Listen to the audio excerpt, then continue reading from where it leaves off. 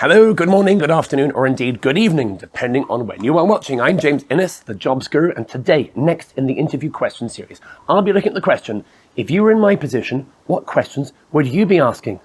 Blimey.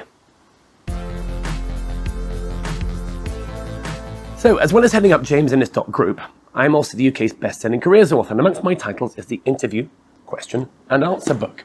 It is, of course, available in all good bookshops, so if you'd like a signed copy from yours truly, then there's a link in the description of this video.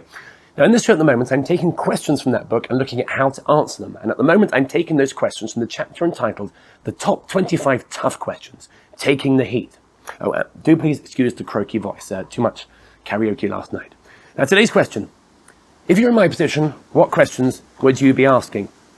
Similar questions include, if you were interviewing someone for this job, what would you most like to ask them? But back to the question in hand. If you were in my position, what questions would you be asking? On the one hand, the interviewer is genuinely looking for a question or questions that they haven't thought of and that they perhaps should have. On the other hand, in then unexpectedly reversing your roles, they're looking to see how well you can think on your feet. So, how to answer? Well, you're going to need to give the interviewer a possible question, if not a couple of possible questions. There's no way you can just answer on the lines of, oh, I think you've already asked everything that I would have asked. But the only way in which this question might be tricky is if you're unprepared for it, which, to be honest, most candidates will be, but not you. Other than that, you see, it's a gift horse because it gives you the opportunity to deliver a positive and pre-prepared answer to a question of your choice.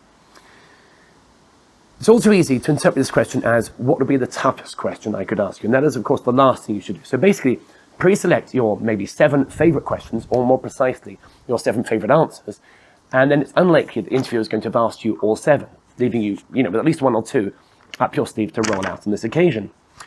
Or if you feel confident enough to pull it off, then you could plump for what makes you better than any of the other candidates I'm interviewing, if they haven't asked that one already. They probably haven't. And that's a question I'll be covering actually a little later in this series. But I would generally recommend you stick to safer ground. What do you reckon, viewer? Agree with me? Hit that YouTube thumbs up, or thumbs down if you don't. Oh, and don't forget to subscribe.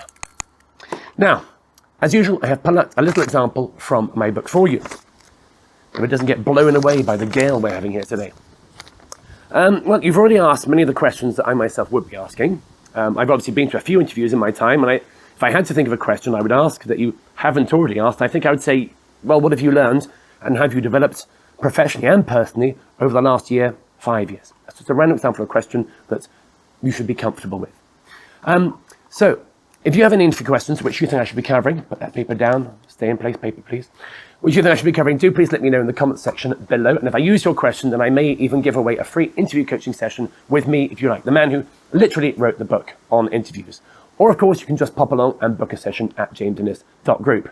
Thank you for watching today. Keep safe and be well, my friends. Goodbye.